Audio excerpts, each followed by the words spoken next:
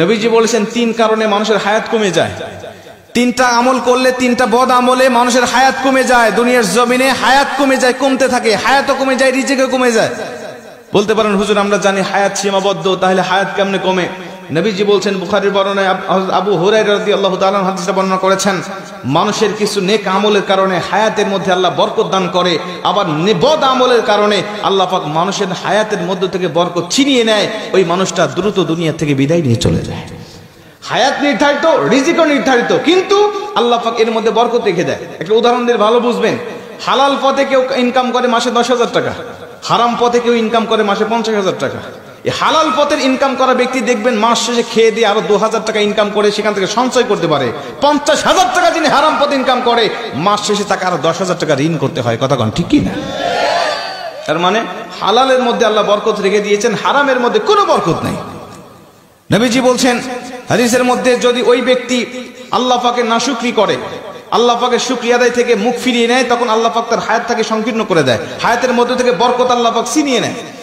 এজন্য সব সময় আমরা হায়াতের আল্লাহ পাকের শুকরিয়া আদায় করতে থাকবো ইনশাআল্লাহ। যে পজিশনে রেখেছি আমরা ওই পজিশন থেকে শুকরিয়া করব। 2 নম্বরে নবীজি বলছেন, ওই ব্যক্তির হায়াতটাকে আল্লাহ পাক সংকীর্ণ করে দেয় যেই ব্যক্তি দুনিয়ার জমিনে প্রয়োজনের থেকে অতিরিক্ত খাবার খায়। মানুষের রিজিক কিন্তু নির্ধারিত, আমরা জানি। রিজিক শেষ হয়ে যাবে, আপনার হায়াত ফুরিয়ে যাবে, আপনি দুনিয়া থেকে বিদায় নিয়ে চলে যাবেন। একটা দানা যখন আপনার জন্য আর পৃথিবীর এই প্রান্ত থেকে ও প্রান্ত ফেরেশতারা খুঁজে পাবেন না, আপনার রিজিকের ব্যবস্থা হবে না, সেদিন মালাকুল মউত আপনার কাছে উপস্থিত হয়ে যাবে। খাবার খাবেন, হিসাব করে খাবেন। 3 নম্বরে নবীজি সাল্লাল্লাহু আলাইহি ওয়াসাল্লাম বলছেন, ওই ব্যক্তির হায়াত আল্লাহ পাক ফুরিয়ে নেয়, কমিয়ে নেয়। ওই ব্যক্তিকে আল্লাহ পাক দ্রুত তার হায়াতের মধ্য থেকে বরকত আল্লাহ পাক ছিনিয়ে নেয় যেই ব্যক্তি আত্মীয়তার সম্পর্ক ছিন্ন করে ফেলে। আত্মীয়তার সম্পর্ক ছিন্ন করা মানুষ এখন আমাদের সমাজে বাড়তেছে না কমতেছে? আমার হক আমার বোন পাবে, আমার বোন আমার বাবার থেকে হকটা নিয়ে চলে গেছে। আমি বুঝেছি আমার বোন কেন আমার হক নিয়ে চলে গেল, আমার ফুফু কেন হক নিয়ে চলে গেল। আমি তখন থেকে আমার বোনের সাথে, ফুফুর সাথে আমি সম্পর্ক ছিন্ন করে ফেলেছি। ঠিক না ঠিক? অথচ আমি আমার বাবার সম্পদ হক ভক্ষণ করতেছি, আমার কোনো দোষ নাই। আমার বোন আমার বাবার সম্পদ ভক্ষণ করলে আমার বোনের দোষ হয়ে যায়। আমি আমার দাদার সম্পদ ভক্ষণ করতেছি, আমার কোনো দোষ নাই, কিন্তু আমার ফুফু আমার দাদার সম্পদ ভক্ষণ করলে আমার দোষ হয়ে যাবে, ফুফুর দোষ হয়ে যাবে। কথা বলেন ঠিক কি না?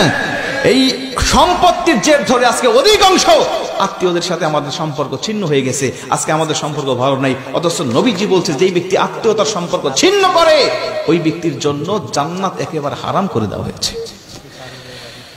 আজকে দেখেন, আপনার আত্মীয়র মধ্যে কার সাথে সম্পর্ক আপনার ঠিক নাই, মাহফিল থেকে গিয়ে আপনি তার সাথে সম্পর্ক জোড়া লাগানোর চেষ্টা করবেন। বোনের সাথে কথা বলেন না, বোনের সাথে কথা বলেন। ফুফুর সাথে কথা নাই, ফুফুর সাথে কথা বলেন। চাচা ভাতিজার সাথে সম্পর্ক নাই, চাচা ভাতিজার সাথে সম্পর্ক জোড়া লাগিয়ে ফেলেন।